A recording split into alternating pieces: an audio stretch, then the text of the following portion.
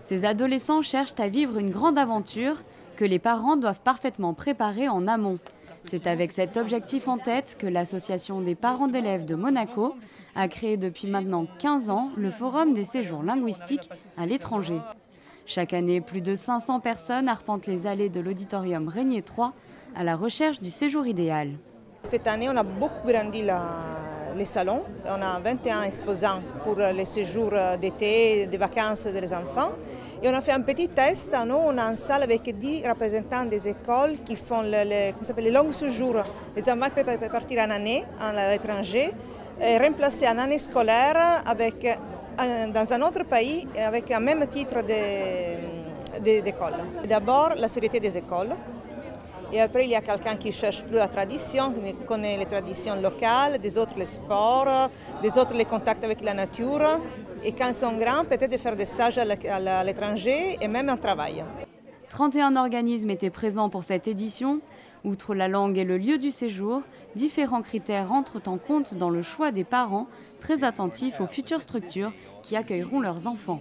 Nous sommes venus consulter un petit peu tous les produits qui sont présentés dans le cadre des séjours linguistiques pour les enfants et surtout essayer de voir s'il y avait quelque chose qui sortait un petit peu de l'ordinaire, qui était un petit peu différent de ce qu'on a l'habitude de voir pour que les enfants aient une aventure un peu exceptionnelle qui leur laisse un petit peu un souvenir inoubliable, on va dire. Et différent. C'est vrai que là, c'est un petit peu trouver la liberté de faire un petit peu ce qu'elles veulent en étant encadrées, visiter un nouveau pays sans avoir papa et maman derrière. Et puis, bien sûr, la langue, donc l'apprentissage de la langue qui serait éventuellement l'espagnol pour les filles. Les adolescents ont eux aussi leur mot à dire et cherchent avant tout un lieu où s'épanouir.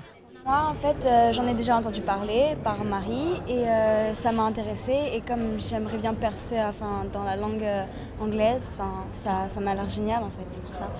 Et qu'est-ce que tu cherches exactement à découvrir pendant ce séjour? Déjà la langue et ça m'intéresse aussi, comme il y a plusieurs activités, j'aime bien la danse, donc il y a plusieurs choix aussi. Moi, je voudrais bien partir.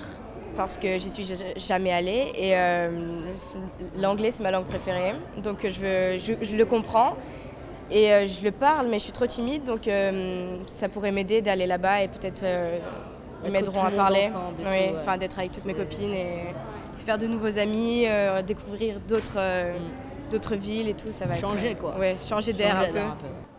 L'anglais reste en tête des langues choisies, mais depuis quelques années, des structures proposent des voyages moins conventionnels, avec des formules permettant d'allier apprentissage et culture dans des régions comme la Russie ou encore le Japon. Une fois toutes ces brochures rassemblées, il ne reste plus qu'à faire le bon choix.